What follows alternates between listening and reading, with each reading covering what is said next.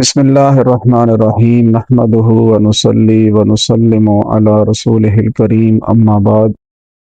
احباب گرامی قدر، مثنوی مولوی مانوی کے درس کے حوالے سے آج ہماری یہ 34ویں نشست ہے۔ ماقبل میں خرگوش اور جو شکار کے جانور تھے ان کے درمیان جو ایک طویل مناظرہ چل رہا تھا بغیر اسباب توکل اور جہد کے حوالے سے، کوشش کے حوالے سے، تو وہ جو مناظرہ ہے وہ تو اپنے اختتام کو پہنچا، اور یہ بات شکار کے جانوروں نے تسلیم کر لی کہ جو شیر کا اندیہ تھا کہ بندہ توکل کرے لیکن اسباب سے اسے الگ نہیں ہونا چاہیے، اسباب کو بھی اختیار اسے کرنا چاہیے۔ تو یہ بات ایک مسلسل بحث کے بعد شکار کے جانوروں نے اس کو تسلیم کر لیا تھا، اور پھر اس کے بعد انہوں نے آپس میں بیٹھ کر یہ مشورہ کیا تو یہ طے پایا تھا کہ اب ہم قرعہ ڈالیں گے، جس کے نام قرعہ نکلا کرے گا وہ شیر کے پاس پہنچ جائے گا تاکہ وہ اس کو کھا کر اپنا گزارا کر سکے۔ تو اب اسی طرح سے سلسلہ چلتا رہا یہاں تک کہ معاملہ جو ہے وہ پھر خرگوش تک آ گیا، اور ایک دن قرعہ جو ہے وہ خرگوش کے نام نکلا۔ جب یہ بات ہوئی تو خرگوش بول اٹھا، وہ کہتا ہے آخر چند جور، یہ ظلم کب تک ہوگا؟ تو اس کے جواب میں ان شکار کے جانوروں نے اس کو یہ کہا تھا کہ تم عجب جھگڑالو ہو، اب بات نہیں مان رہے، ہم نے تو اپنے کتنے ہی ساتھی جو ہیں وہ گوا لیے، اور اپنا وعدہ وفا کرنے میں ہم نے تو کوئی کسر نہ چھوڑ رکھی، لیکن اب تم اس قسم کا انکار کر کے ہمیں شیر کے سامنے شرمندہ کرواؤ گے۔ تو اب خرگوش جو ہے اس نے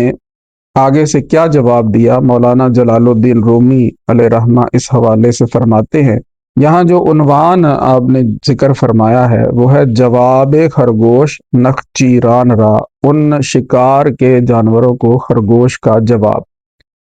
فرماتے ہیں گفت اے یاران مرا مہلت دہید، اس خرگوش نے یہ کہا اے میرے یارو، اے میرے دوستو، مجھے کچھ مہلت دو، تا بمکرم از بلا بیرون جہید، تاکہ میں ایک ایسی تدبیر اختیار کروں کہ تم اس مشکل سے، اس مصیبت سے، اس پریشانی سے باہر نکل جاؤ۔ یہ روز روز کا ایک نہ ایک کا جانا، یہ تو یوں ہوگا کہ ایک دن سارے سلسلے ہی ختم ہو جائیں گے، تو آگے تمہاری نسل ہی نہ چل پائے گی۔ تو یہ ایک عجیب قسم کی بلا میں مبتلا ہو، تم ایسا کرو کہ مجھے کچھ مہلت دو، میں کچھ ایسا کروں گا، ایک ایسا مکر، ایک ایسی تدبیر میں کروں گا کہ تم اس بلا سے تمہاری جان چھوٹ جائے گی۔ تا اما یابد بمکرم جانے تاکہ میرے اس مکر سے، میری اس تدبیر سے تمہاری جان جو ہے وہ امان پا جائے، وہ چھوٹ جائے۔ ماند ای میراث فرزندان تان، اور یہ جو چراگاہ ہے یہ تمہارے آگے بال بچوں کی میراث بنے۔ ظاہری بات ہے کہ جب تم ہی نہیں رہو گے تو پھر تمہاری آگے نسلیں کہاں سے آئیں گی؟ جب تم یہاں پر زندہ رہو گے، تمہاری بقا ہوگی، تو پھر آگے تمہارے ہاں جب اولاد ہوگی تو یہ چراگاہ جیسے آج تم لوگ یہاں پہ چر رہے ہو، تو کل کو یہ ہے کہ تمہاری اولاد جو ہے وہ یہاں پر اس کی وارث بن جائے گی۔ تا اما یابد مکرم جانے تان، تاکہ میرے اس مکر سے، میری اس تدبیر سے تمہاری جان امان پائے، اور ماند ای میراث فرزندان تان، یہ چراگاہ جو ہے یہ تمہارے بال بچوں کی میراث بن جائے۔ اب یہاں سے مولانا جلال الدین رومی رحمت اللہ تعالی علیہ ایک اور معنی کی طرف انتقال فرما رہے ہیں۔ آپ فرماتے ہیں ہر پیمبر درمیان امتان، جتنی بھی امتیں ہیں ان میں جو پیغمبر ہوتے ہیں، ہم چنی تا مخلص می خاند شان، وہ ایک مخلص کی طرف، ایک نکلنے کے راستے کی طرف، ایک ایگزٹ کی طرف وہ ان کو بلا رہے ہوتے ہیں۔ ٹھیک ہے جی، کہ یہ دنیا جو ہے یہ تو بلاؤں اور مصیبتوں کا گھر ہے، اور اس دنیا سے رہائی پا کے بندہ جب اگلے جہان کا ہو جائے تو پھر اس کی جان بلاؤں سے چھوٹ جاتی ہے، اور وہ نکلنے کا راستہ کون جانتا ہے؟ وہ انبیاء جانتے ہیں۔ تو کتنا پیارا آپ نے جو ہے نا جی ایک معنی سے دوسرے معنی کی طرف انتقال فرمایا ہے۔ آپ فرماتے ہیں ہر پیمبر درمیان امتان، اس طرح وہ خرگوش جو تھا نا جی وہ سیانا تھا، وہ یہ سوچ رہا تھا کہ میں کچھ ایسا کر سکتا ہوں کہ ان سب کی خلاصی ہو جائے۔ تو بے مثل و بے مثال ہر پیمبر جو ہے وہ امتوں کے درمیان اسی طرح سے اپنے امتیوں کے لیے کسی مخلص جو ہے نا جی اس کی طرف ان کو بلا رہا ہوتا ہے کہ آؤ تمہیں دنیا کی مصیبتوں سے، دنیا کی پریشانیوں سے، دنیا کے جھنجھٹوں سے تمہیں نجات دلا کے اللہ رب العزت کے ساتھ تمہارا تعلق بنا دوں۔ کز فلک راہ برونشو دیدہ بود، انہوں نے افلاک کے اس دائرے سے باہر نکلنے کا راستہ جو ہے وہ دیکھا ہوا ہوتا ہے، اور در نظر چوں مردمک پیچیدہ بود، جس طرح آنکھ کے اندر یہ جو پتلی ہوتی ہے نا جی، یہ جس طرح ہر چیز کو اپنے احاطے کے اندر لے لیتی ہے نا، اسی طریقے کے ساتھ جو ہے نا جی ان کے لیے معاملہ یہ ہوتا ہے کہ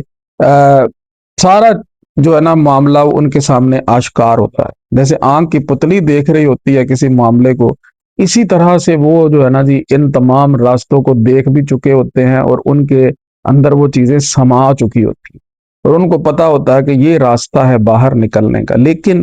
معاملہ کیا ہے کہ لوگ ان کو اپنے درمیان جو ہے نا جی وہ سمجھتے ہیں کہ جیسے یہ ہمارے جیسے، ٹھیک ہے نا۔ اور گویا پھر یہاں پر بھی آپ نے وہ بھی مثال آپ نے ایک دے دی کہ جس طرح آنکھ کی پتلی بھی بہت چھوٹی سی ہے نا جی، ٹھیک ہے، آنکھ کی پتلی جو ہے جس طرح سے بہت چھوٹی سی ہے، لیکن وہ پورے ایک جو ہے نا جی جہان کو دیکھنے کی طاقت رکھتی ہے۔ تو لوگ یہ سمجھتے ہیں کہ جیسے مطلب ایک آنکھ کی پتلی کی کوئی حیثیت نہیں ہے، اسی طرح سے وہ انبیاء کو بھی کوئی وقار نہیں دیتے، اور ان کے حوالے سے بھی وہ یہ سوچتے ہیں کہ یہ تو ہمارے جیسے ہی۔ تو آپ فرماتے ہیں مردمش چوں مردمک دیدند خرد، کہ لوگ جو ہیں وہ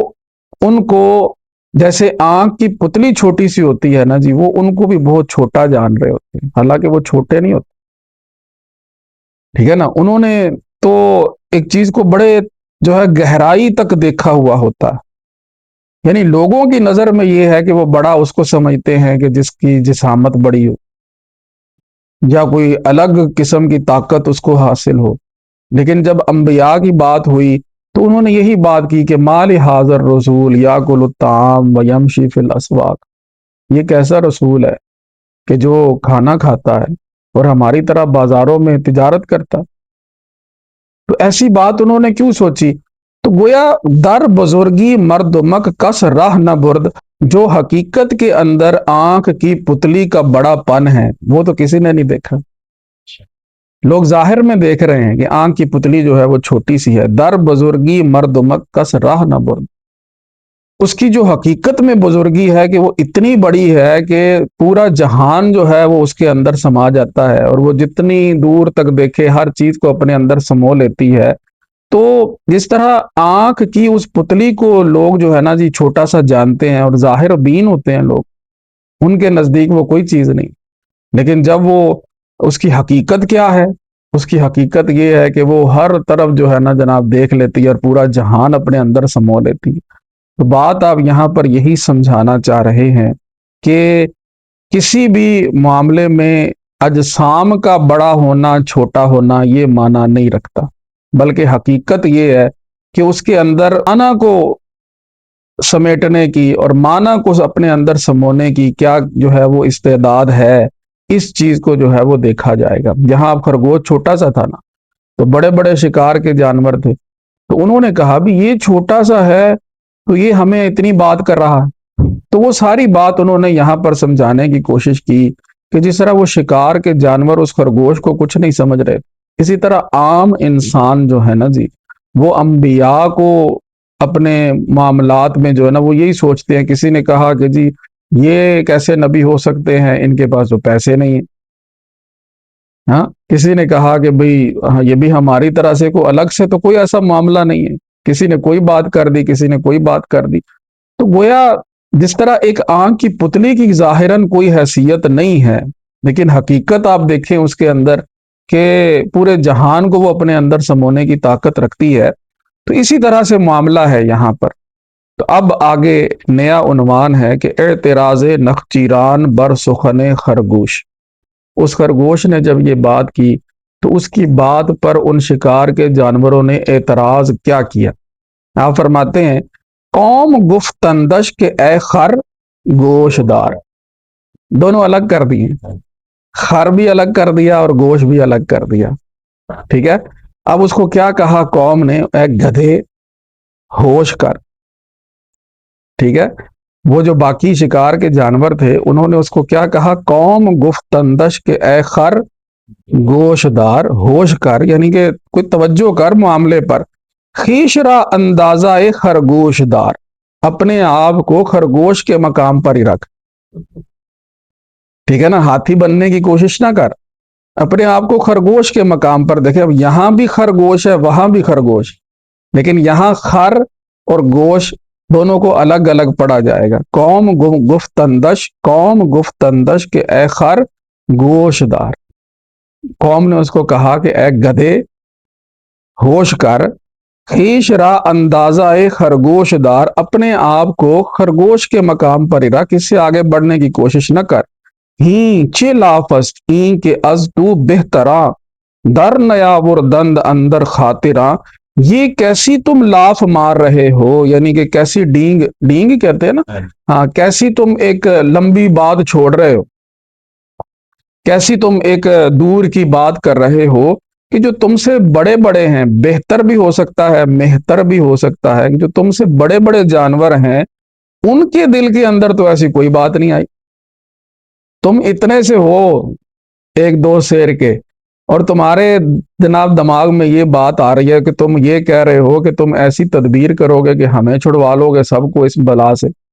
تو جو تم سے اتنے بڑے بڑے، یہاں جناب ہاتھی بھی ہے، یہاں پہ بیل بھی ہیں، یہاں پہ زیبرا بھی ہیں، یہاں پہ جناب فلاں فلاں جانور سارے موجود ہیں، تو تم یہ جو لاف مار رہے ہو، اتنی ایک بڑک مار رہے ہو، ایک چھوڑ رہے ہو تم بہت بڑی بات، یہ بات تو کسی اور کے بھی دماغ میں نہیں آئی جو تمہارے دماغ میں آئی۔ تو اے گدھے ہوش کر اور اپنے آپ کو خرگوش کی جگہ پر رکھ۔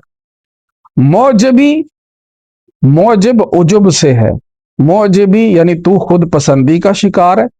یعنی تجھے اپنے آپ پہ کوئی بڑا کوئی مان ہے،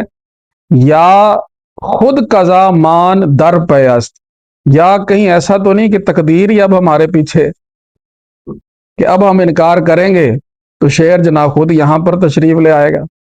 پھر وہ جس کو چاہے چیر پھاڑ کرے۔ تو تمہارا یہ انکار کرنا کیا اس وجہ سے ہے کہ تم خود پسندی کا شکار ہو، یا قضا ہمارے پیچھے لگی ہوئی ہے؟ ورنہ ای دم لائکے چوں تو کیس، ورنہ اس معاملے میں یہ تیرے جیسا، مطلب وہ کس کھاتے میں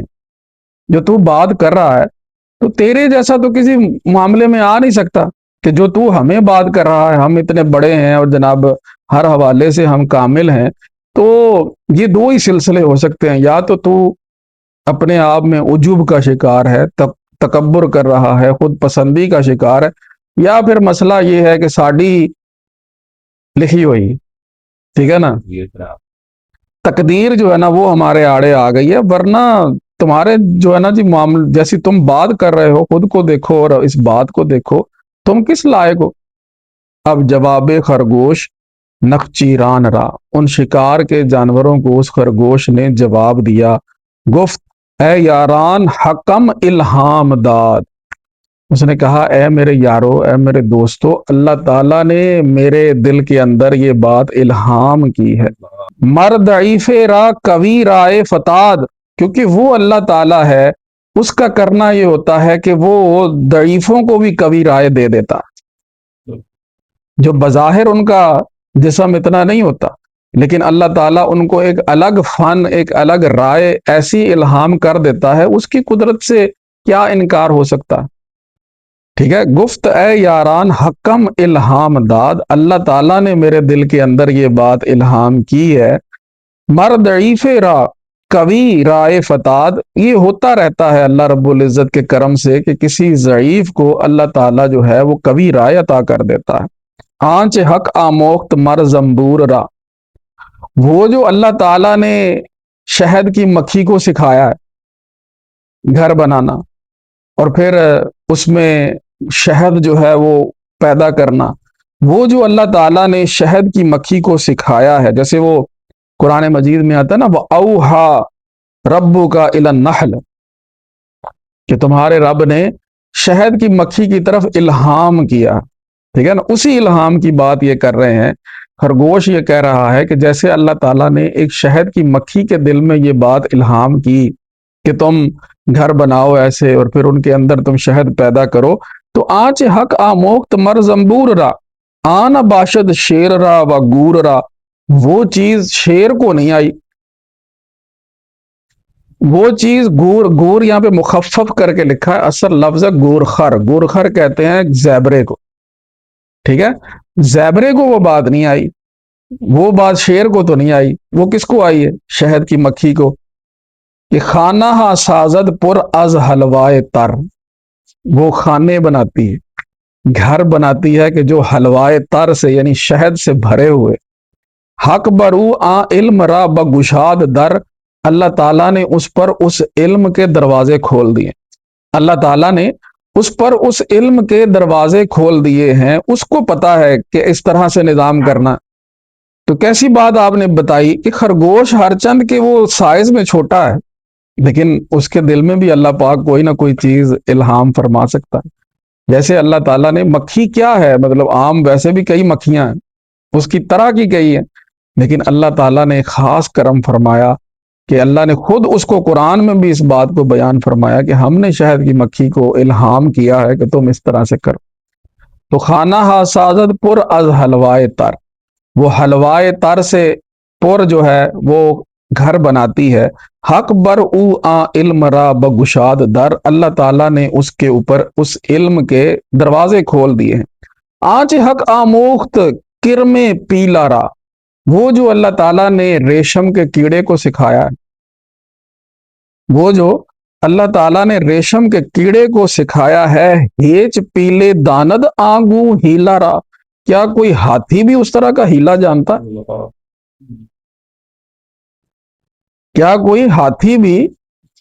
اس طرح کا ہیلا جانتا ہے؟ ہیچ پیلے داند آنگو ہیلا را، کیا اس طرح کا ہیلا، اس طرح کا طریقہ جو ایک ریشم کا کیڑا جانتا ہے، کیا کوئی ہاتھی بھی جو ہے اس طرح کا ہیلا جانتا ہے؟ آدم خاکی ز حق آموخت علم،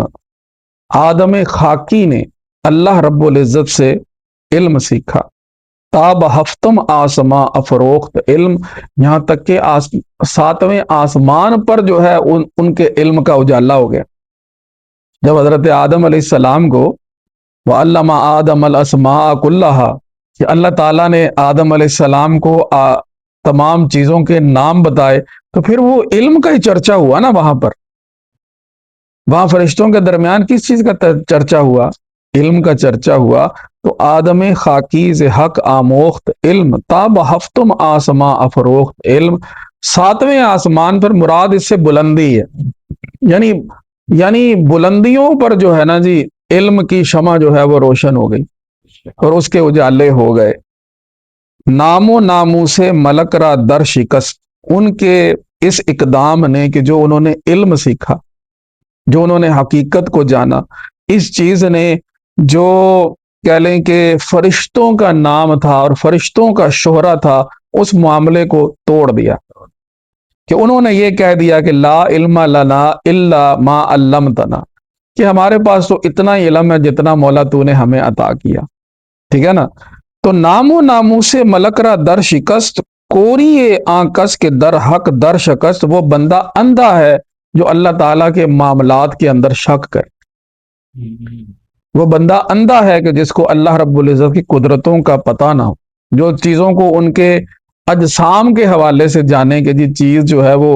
کہہ لیں کہ کوئی بڑی ہوگی تو وہ بڑا کام کر سکتی ہے، چھوٹی چیز بھی بہت بڑا کام کر سکتی، جو اللہ کریم نے اس کو سکھا دیا ہے وہ بڑے کو تو نہیں آتا۔ ایک ریشم کا کیڑا جو ہے وہ ریشم کو بنانا جانتا ہے، ہاتھی اتنا بڑا ہو کے وہ کام نہیں کر سکتا۔ ایک شہد کی مکھی شہد بنانا جانتی ہے، اور وہ شیر ہو جناب جو کہ جنگل کا بادشاہ تصور کیا جاتا ہے، وہ تو وہ کام نہیں کر سکتا۔ تو خاک دیکھیں نا، خاک جو ہے اس کے اندر کہہ لیں کہ عاجزی ہے، خاک کے اندر تیرگی ہے، آگ جو ہے اس کے اندر بلندی ہے، اور اس کے اندر جو ہے وہ کہہ لیں کہ روشنی ہے۔ تیرگی مطلب اندھیرا ہے، ٹھیک ہے نا، یعنی آگ کے اندر خاک کے اندر تو روشنی کرنے والی کوئی چیز نہیں ہے نا، لیکن آگ ہے اس کے اندر بلندی ہے اور روشنی، تو شیطان بنا تھا آگ سے، ٹھیک ہے نا۔ تو ویسے تو دیکھیں اس نے یہی چیز سامنے رکھ لی نا، اس نے کہا خلقتنی من نار و خلقتہ من طین، میں آگ سے بنا ہوں وہ مٹی سے بنے۔ تو اگر ظاہر کو دیکھیں تو آگ جو ہے وہ مٹی کے اوپر برتری رکھتی ہے، ٹھیک ہے نا، کیونکہ خاک جو ہے اس کا تو تعلق ہے زمین کے ساتھ، اور اس کے اندر فرو تنی ہے، یعنی وہ بیٹھی رہتی ہے، اور اس کے اندر تیرگی ہے، قبروں میں اندھیرا ہے کہ نہیں ہے، ٹھیک ہے نا۔ تو اس کے اندر تیرگی ہے، اس کے اندر فرو تنی ہے، اس کے اندر عاجزی ہے۔ آگ جو ہے وہ اوپر کو اٹھتی ہے، اوپر کو جلتی ہے اور روشن کرتی ہے ارد گرد کو۔ تو ظاہر طور پر تو شیطان کی تخلیق آگ سے ہوئی، اور حضرت آدم علیہ السلام کی تخلیق خاک سے ہوئی، لیکن خاک علم سیکھ گئی، تو وہ جو ہے کہہ لیں کہ اس نے اتنی ترقی پائی کہ فرشتوں نے بھی یہ کہہ دیا کہ ہم سجدہ کرنے کے لیے تیار، ٹھیک ہے نا۔ اب وہی بات فرماتے ہیں کہ زاہد چندی ہزاراں سالہ را، کتنے ہزاروں سال کا جو زاہد تھا، کون؟ شیطان۔ پوز بندے ساخت گو سالہ را، اللہ تعالیٰ نے اس بچڑے کے لیے، ٹھیک ہے نا، اس گائے کے بچے کے لیے ایک پوز بند بنا دیا۔ پوز بند کس کو کہتے ہیں؟ یہ جو بچڑے دیکھے کبھی آپ نے، ان کے منہ کے اوپر ایک وہ چڑھا دیتے ہیں، چھوٹے بچے، کیا اس کو کہتے ہیں؟ چکو، ہاں، چکو جو ہوتا ہے نا جی، اللہ تعالیٰ نے اس کے لیے وہ بنا دیا، اور پھر اس کو شیطان کو انہوں نے گوسالہ کہہ دیا۔ گوسالہ ویسے عام طور پہ گائے کے بچڑے کو کہتے ہیں، مطلب یہ کہ اتنی عبادتیں کر کے بھی، ٹھیک ہے نا جی، وہ رہا تو بچڑے کا بچڑا ہی۔ گائے کا استعارہ بھی عام طور پر کسی کے بے عقل ہونے کے لیے بھی استعمال ہوتا ہے، جیسے کہتے ہیں کہ یہ تو گائے ہی ہے، تو وہ گائے کا بھی بچہ نکلا، ٹھیک ہے نا۔ عبادت اس نے اتنی کی، معاملات اس نے اتنے کیے، لیکن وہ حقیقت شناس نہیں بن سکا، وہ ظاہر دیکھتا رہا کہ میں آگ سے بنا ہوں اور یہ مٹی سے بنے۔ تو اللہ تعالیٰ نے اس کے اس معاملے کی وجہ سے اس کے منہ پر چھکو چڑھا دیا، تاکہ وہ علم کا جو دودھ ہے نا وہ نہ پی سکے۔ علم دودھ کیسے ہے؟ دیکھیں یہ بات عام طور پہ تعبیر رؤیا کی کتابوں میں آپ کو مل جائے گی کہ اگر کوئی خواب میں دودھ دیکھتا ہے تو پھر اس سے مراد علم لیا جاتا، ٹھیک ہے۔ اسی طرح کہہ لیں گے حضور نبی اکرم صلی اللہ علیہ وسلم نے بھی اپنی احادیث میں جو ہے وہ دودھ کا جو استعارہ ہے وہ علم کے لیے آپ نے استعمال فرمایا ہے، ٹھیک ہے۔ تو اب وہ بات آگے گفتگو ہوگی، تا نہ داند شیر علم دین کشید، تاکہ اس کو علم دین کا دودھ جو ہے نا جی وہ پینا نہ آئے۔ اس نے ظاہر کو دیکھا، اس نے یہ دیکھا کہ میں آگ ہوں، یہ مٹی ہے، اللہ تعالیٰ اس کے اس برے عمل کی وجہ سے جو اس نے ظاہر کو دیکھا، ٹھیک ہے نا، اللہ تعالیٰ نے اس کو ویسے ہی علم سے محروم کر دیا، ٹھیک ہے۔ تا نہ داند شیر علم دین کشید، تا نہ گردد گردے آنکھ کسرے مشید، تاکہ وہ علم کا جو مضبوط قلعہ ہے اس کے ارد گرد کہیں نہ پھٹکے۔ جب ایک بچڑے کے منہ پہ اوپر چھکو ڈال دیا جاتا ہے نا، اسے خود ہی پتا چل جاتا ہے کہ اب میں نے دودھ پینے ادھر ادھر جانا نہیں ہے، ٹھیک ہے نا، اسے پتا ہے بھی میں تو پی نہیں سکتا۔ تو ظاہر کا علم جو ہے وہ کام نہیں آتا، اصل جو باطن کا علم ہے نا وہ کام آتا ہے، جو حقیقت کا علم ہے وہ کام آتا ہے۔ مولانا رحمت اللہ تعالی علیہ یہاں پہ وہ جو حقیقی علم ہے نا، جو علم لدنی اور علم باطنی ہے، اس کی آپ اہمیت بیان فرما رہے ہیں۔ فرماتے ہیں تا نہ داند شیر علم دین کشید، اللہ تعالیٰ نے وہ چھکو اس لیے اس بچڑے کے منہ پہ ڈال دیا کہ وہ علم دین کو کشید کرنا نہ جانے، اور علم دین کا جو ایک مضبوط قلعہ ہے نا جی اس کے ارد گرد کہیں وہ نہ پھٹکے۔ علم ہائے اہل حس شد پوز بند، فرماتے ہیں جو ظاہر کے علماء ہوتے ہیں نا، ان کا علم جو ہے وہ بھی اسی طرح چھکو بن جاتا، جنہوں نے فقط یہ دیکھنا ہے کہ جی یہ حدیث میں یہ الفاظ ہیں، قرآن میں یہ الفاظ ہیں، اس سے آگے کی تو بات ہی کوئی نہیں، انہیں اس کے آگے نظر ہی نہیں آتی، جو حقیقت ہے اس طرح تو وہ پہنچ ہی نہیں سکتے، ٹھیک ہے؟ تو فرمایا علم ہائے اہل حس، اہل حس مطلب اہل ظاہر، جو کہہ لیں کہ فقط اپنی دلیلوں میں اور اپنے کہہ لیں کہ اپنی لکیروں کے اندر ہی جناب وہ کھیلتے رہتے ہیں، کہتے ہیں بس یہ لکھا ہے، یہ اس طرح ہے، یہ ہے، وہ ہے، بس اس سے آگے وہ جا ہی نہیں سکتے۔ تو علم ہائے اہل حس شد پوز بند، اہل حس کا علم ان کے لیے پوز بند بن جاتا ہے، تا نگیرد شیر زا علم بلند، تاکہ اس علم بلند کا شیر کبھی ان کو حاصل نہ ہو سکے، اس سے اوپر تو وہ جاتے ہی نہیں۔ آج آپ یہی دیکھیں جتنے لوگ یہ جناب کتابوں میں یہ لکھا ہے ایسے کیسے ہو سکتا ہے، ان کو پتہ ہی نہیں ہے کہ جو اہل حق ہیں جن کو اللہ رب العزت نے علم لدنی عطا فرمایا ہے، ٹھیک ہے نا جی، تو ان کا مقام اور مرتبہ کیا ہے۔ مولانا روم رحمۃ اللہ تعالی علیہ کے بارے میں بھی تو ایک واقعہ آتا ہے کہ عالم تو تھے نا آپ، اور ایسے عالم تھے کہ پورے کونیا کے اندر آپ کا شہرہ تھا، لیکن آپ بھی اس جستجو میں تھے کہ میں کچھ اور حاصل کر۔ تو جب حضرت شمس تبریز علیہ رحمہ آئے تو انہوں نے وہ سارا کچھ جب پوچھا بھی یہ کیا ہے، انہوں نے کہا ای کالستو نمی دانی، اے درویش نو کی پتا، اے پڑھن پڑھالیاں گلاں ہیں، علمی کتابی گلاں۔ تو انہوں نے اٹھا کے وہ ساری جناب وہ ادھر پاس کنواں تھا تو اس میں پھینک دی۔ انہوں نے کہا میرا سارا علم، میری ساری محنت تم نے رائیگاں کر دی۔ تو انہوں نے وہ ایسے حکم کیا تو جناب وہ ساری کی ساری باہر آ گئی، اور ایک صفحہ بھی جو ہے اس کا وہ میلا نہیں ہوا تھا، وہ بھیگا نہیں تھا۔ تو انہوں نے کہا ای چیز یہ کیا ہے؟ انہوں نے کہا ای حال استو نمیدانی، یہ حال ہے تو اسے نہیں جانتا۔ تو پھر وہی مولانا ہے جو کہتے ہیں کہ صد کتاب و صد ورق در نار کن، روئے دل را جانب دلدار کن۔ اصل علم وہ ہے جو اللہ رب العزت کی بارگاہ سے آتا، ورنہ کتابوں کے ہیر پھیر جو ہے نا یہ فقط ظاہری بحث و تمہیز کے کام آتے ہیں، ٹھیک ہے نا؟ اصل چیزیں جو ہیں وہ پھر اللہ رب العزت عطا فرماتا ہے کہ جو اشیاء کے حقائق ہیں۔ حضور نبی اکرم صلی اللہ علیہ وسلم اسی لیے دعا فرماتے ہیں کہ اللہم آرنا الحق حقا وارزقنا اتباعہ، اے اللہ ہمیں حق کو حق دکھا دے اور ہمیں اس کی اتباع نصیب فرما، وَآرِنَا الْبَاطِلَ بَاطِلًا وَارْزُقْنَا اجْتِنَابَهُ، اور ہمیں باطل کو باطل دکھا دے اور ہمیں اس سے بچنے کی توفیق عطا کر۔ اللہم آرِنَا حقائق الاشیاء کما ہی، اے اللہ ہمیں اشیاء کی حقیقتوں سے جو ہے وہ ہمکنار کر دے، ہمیں اس سے آشنا کر دے کہ وہ ان کی حقیقت کیا ہے وہ ہم جان، ٹھیک ہے نا؟ ورنہ کتابیں پڑھ پڑھ کے تو لوگ دیکھیں دنیا میں نظام کس طرح سے چل رہے ہیں، اور بس ہر بندہ دوسرے پر اعتراض کر رہا ہے کہ یہاں پہ بات یہ ہے یہ ہے، تو یہ لفظوں کا ہیر پھیر ہے،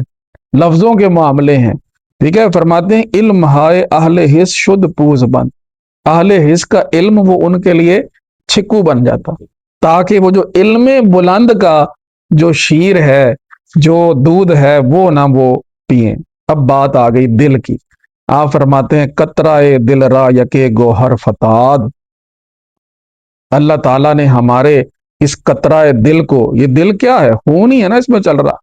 اس قطرہ دل کو اللہ تعالیٰ نے گوہر بنا دیا۔ تو کام بدریا ہا و گردوں ہا نداد، یہ گوہر نہ دریاؤں کے پاس ہے نہ آسمانوں کے پاس، دل دریا سمندروں ڈونگے کون دلاں دیاں جانے، ٹھیک ہے نا؟ تو کیا کہا کہ قطرہ دل ہے۔ یہ غالب نے بھی ایک شعر کہا تھا کہ بہت شور سنتے تھے پہلو میں دل کا، جو چیرا تو ایک قطرہ خون نکلا۔ لیکن جو اہل اللہ کے دل ہوتے ہیں وہ تو معارف آگاہ ہوتے ہیں، تو فرمایا قطرہ دل را یکے گوہر فتاد، ایسا اللہ تعالیٰ نے موتی ہمارے دلوں کے اندر ڈالا ہے جو علم لدنی کا ہے، جو باطنی احوال کا ہے، جو اشیاء کی حقیقتوں کا ہے۔ کہاں بدریا ہا و گردوں ہا نداد، نہ وہ دریاؤں کے نصیب میں ہوا ہے نہ وہ آسمانوں کے نصیب میں ہوا ہے۔ چند صورت، کب تک یہ صورت پرستی کرو گے؟ آخر اے صورت پرست،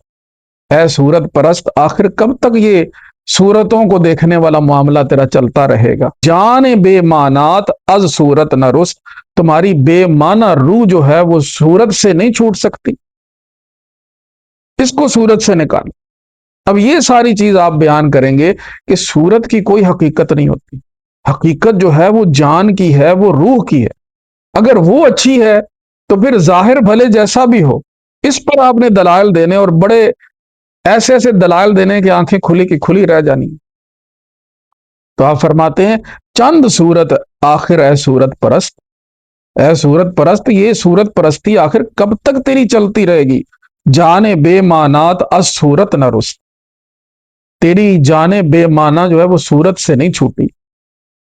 گر بصورت آدمی انسان بدے، اگر انسانیت جو ہے وہ اس صورت کا ہی نام ہے تو احمد و بو جہل خود یکساں بدے۔ اگر انسانیت جو ہے وہ اس صورت کا نام ہے تو پھر حضور نبی اکرم صلی اللہ علیہ وآلہ وسلم اور ابو جہل وہ یکساں ہی ہوتے نا، لیکن کیا ہے کہ بینہما بعد المشرقین، ان کے درمیان تو بعد المشرقین ہے، ظاہر میں تو اسی طرح کے۔ انہوں نے بات یہی کی نا، کیونکہ انہیں انسانیت کا پتہ نہیں تھا کہ انسانیت ہے کیا۔ جیسے وہ حضور اکرم صلی اللہ علیہ وسلم کے بارے میں شاعر نے کیا کہا کہ بشر نہیں، وہ عظمت بشر ہے، میرا پیمبر عظیم تر۔ ان کی عظمتوں کو وہ جان سکے؟ انہوں نے کہا یہ تو ہمارے جیسے ہیں، اگر کوئی نبی ہوتا تو کوئی سردار ہوتا، ٹھیک ہے نا جی۔ تو اس طرح کی باتیں یہ ان لوگوں نے کی، تو فرمایا کہ گر بصورت آدمی، اگر جو ہے نا جی آدمی والی صورت جو ہے یہ ہونا، یہ انسان ہونے کی دلیل ہوتی تو احمد و ابو جہل خود یکساں بدے۔ یہ جو کافر ہیں ان کو اللہ پاک نے انسان فرمایا اولئک کل انعام بل ہم اضل، یہ تو جانوروں سے بھی گئے گزرے ہیں یہ لوگ۔ تو پتہ چلا کہ انسانیت کوئی اور چیز۔ تو فرمایا گر بصورت آدمی انسان بدے، اگر آدمی کی صورت ہونا یہی انسان ہونے کی دلیل ہوتی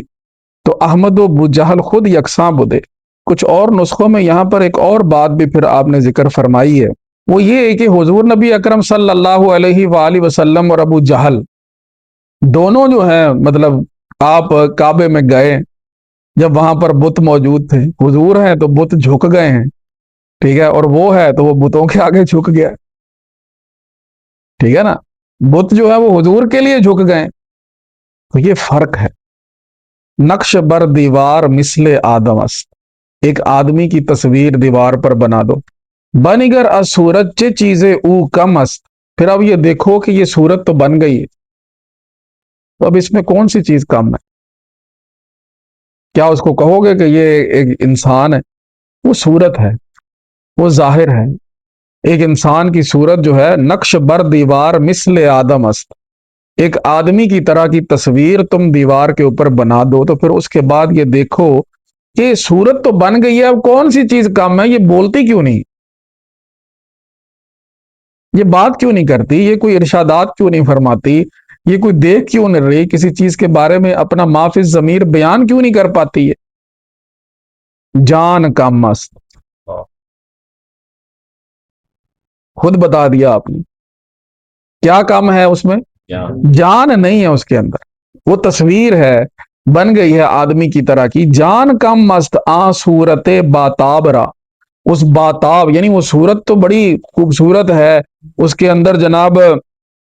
کہہ لیں کہ چمک رہی ہے، ہر لحاظ سے خوبصورت بنا دی، اس پرکشی صورت کے اندر جان کم ہے۔ رو بجو آ گوہر کمیاب را، وہ جو جان والا گوہر کمیاب ہے نا اس کو تلاش کر، جاؤ، رو کا مطلب ہے جاؤ، بجو اس کو تلاش کرو کہ وہ جو گوہر کم یاب ہے، یعنی جان کو لوگ نہیں دیکھتے، لوگ ظاہر کو دیکھ رہے ہوتے ہیں۔ فرمایا اس جان کو جا کے تلاش کرو کہ وہ کدھر ہے، فقط وہ تصویر بن جانے سے تو کام نہیں چلے گا۔ شد سرے شیران عالم جملہ پست، چوں سگے اصحاب را دادند دست، جب اللہ تعالیٰ نے اصحاب کہف کے غار کے دہانے پر بیٹھے ہوئے کتے کو عزت دے دی نا، تو دنیا کے جتنے بھی شیر تھے نا ان سب کے سر جھک گئے، وہ اس کے آگے کوئی حقیقت رکھتے؟ ان کی کیا حیثیت کہ جس کا ذکر اللہ تعالیٰ نے وَقَلْبُهُمْ بَاسِطٌ ذِرَاعَيْهِ بِالْوَسِيدِ، ٹھیک ہے، یہ وہ جو ان کے غار کے دہانے کے اوپر وہ جو کتا بیٹھا ہے، جنہوں نسبت پاکاں دی مل جاوے اور جنتی ہے، پاویں کتا ہوئے بیٹھا کوئی غار دے بوہے اس جیسا بھی کوئی ہے؟ نقلبہم ذات الیمین و ذات الشمال، اور یہ بات تفاسیر میں لکھی ہے کہ فرشتے جو ہیں وہ جہاں اصحاب کہف کی کروٹ بدلتے تھے اس کتے کی بھی بدلتے تھے۔ اس جیسا ہوا کوئی؟ تو ظاہر میں کیا تھا؟ وہ کتا تھا جس سے لوگ عام طور پہ نفرت کریں، لیکن کیا ہے کہ اس نے حقیقت کو جان لیا۔ اب وہاں پر کتے کا جو ہے وہ اس کا ظاہر تو وہ نہیں مراد لیا گیا نا، کہ ظاہر مراد لیا گیا نہیں، اس کا باطن دیکھا گیا۔ وہ یہ جانتا تھا حقیقت میں کہ یہ اللہ کے ولی اور میں نے ان کے ساتھ چلنا۔ تو شد سرے شیران عالم جملہ پست، چوں سگے اصحاب را دادند دست، چے زیان استش از آن نقش نفور۔ اب فرمایا کہ وہ جو اس کا نقش ہے کتے کا جو اچھا نہیں سمجھا جاتا، اس نے اس کو کیا نقصان دیا؟ چونکہ جانش غرق شد در بحر نور، کیونکہ اس کی جان نور کے دریا میں غرق تھی، وہ حقیقت آشنا بن چکا تھا، تو پھر اس کے ظاہر نے اس کو کوئی نقصان نہیں دیا۔ ظاہر میں معاملہ جو بھی ہو، لیکن بات ہوتی ہے اس کے اندر کی کہ اندر کیا ہے۔ حضرت سیدنا بلال حبشی رضی اللہ تعالیٰ عنہ کو لے لیں، اگر ظاہر کی بات ہو، ٹھیک ہے نا، تو ظاہر کی بات تو وہ الگ رہی، لیکن جب ان کی حقیقت کی بات ہوئی، ان کی روح کی بات ہوئی، تو آقا کریم صلی اللہ علیہ وسلم نے ان کو یہ شرف دیا کہ بلال کعبے کے چھت پہ چڑھ کے اللہ اکبر کی صدائیں دو۔ ایک اور صحابی حضرت جلیبیب کا بھی واقعہ آتا، وہ بھی ظاہر طور پر مطلب لوگ جو ہے وہ سمجھتے تھے کہ ان کی صورت کوئی اتنی نہیں ہے، تو سرکار علیہ الصلوۃ والسلام نے جو ان سے کہا ایک دفعہ کہ جلیبیب شادی کر، حضور علیہ الصلوۃ والسلام نے ان کو یہ فرمایا، جلیبیب پیار کرتے تھے، سرکار کے پاس آتے جاتے تھے، حضرت جلیبیب کو رسول اللہ صلی اللہ علیہ وسلم نے فرمایا کہ جلیبیب شادی کر، تو انہوں نے کہا بھی مجھے کس نے بیٹی دے دی،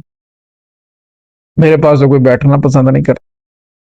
فرمایا کہ لوگوں کی بات چھوڑو، اللہ کی بارگاہ میں تم مقبول، بات روح کی ہے۔ تو حضرت جلیبیب کے لیے حضور علیہ الصلوۃ والسلام نے ایک انصاری کے گھر رشتہ بھیجا، ان کو بلایا اور ان کو کہا کہ بھئی آپ ان کے ہاں رشتہ کر لیں۔ تو انہوں نے کہا میں گھر جا کے مشورہ کر لیتا ہوں۔ وہ گھر گئے، جا کے انہوں نے اپنی زوجہ سے مشورہ کیا،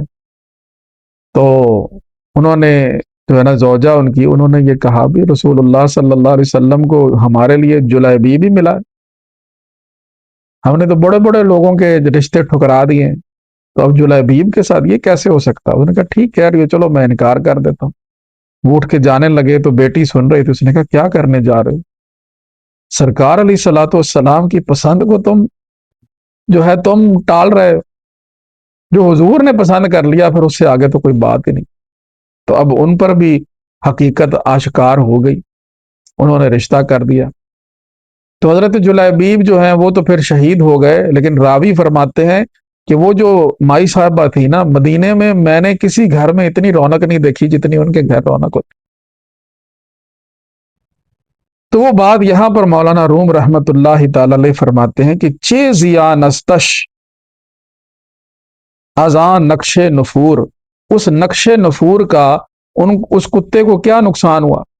کچھ نقصان نہیں ہوا، چونکہ جانش غرق شد در بحر نور، جبکہ اس کی جان جو ہے وہ نور کے دریا میں غرق تھی۔ فرمایا کہ وصف صورت نیست اندر خامہا، ٹھیک ہے، صورت کا وصف جو ہے نا جی وہ یہ قلم بیان نہیں کرتے۔ عالم و عادل بود در نامہ، جتنے بھی خط لکھے جاتے ہیں ان کے اندر اوصاف لکھے جاتے ہیں، کسی کو عالم لکھا جاتا ہے، کسی کو عادل لکھا جاتا ہے، پیر طریقت رہبر شریعت یہ لکھا جاتا ہے نا، ٹھیک ہے نا، کوئی ظاہری تو اوصاف نہیں لکھے جاتے۔ وصف صورت نیست اندر خامہ، جتنے بھی قلم لکھتے ہیں وہ صورت کے اوصاف جو ہے نا وہ نہیں لکھ رہے ہوتے، وہ اصل جو وصف بیان ہوتا ہے وہ اندر کے اوصاف ہوتے ہیں۔ جب بھی کسی کو خط لکھا، عالم و عادل بود در نامہ، جو خط لکھے جاتے ہیں ان میں کسی کو عالم لکھا جاتا ہے، کسی کو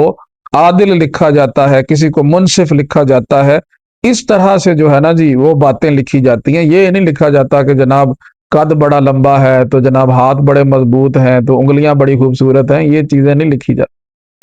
اب جو مولانا جلال الدین رومی رحمۃ اللہ تعالی علیہ صورت پر معنی کو جو ترجیح دیتے ہیں، تو یوں سمجھ لیجئے کہ انہوں نے تین طریقے سے یہاں پر اس پر دلائل دے دیے۔ ایک دلیل حصی دی ہے کہ انسانوں کے، ٹھیک ہے جی، ان کا متحد و شکل ہونا جو ہے نا، یہ کچھ معنی نہیں ہوتا کہ ظاہر کے اندر، اس کو آپ یوں کہہ لیں کہ یہ ایک حصی دلیل ہے کہ آپ حصی طور پر اس چیز کو جان لو کہ انسانیت جو ہے وہ دو آدم ذات جو ہیں ان کا ایک طرح کا ہونا اسے انسانیت نہیں کہا جاتا،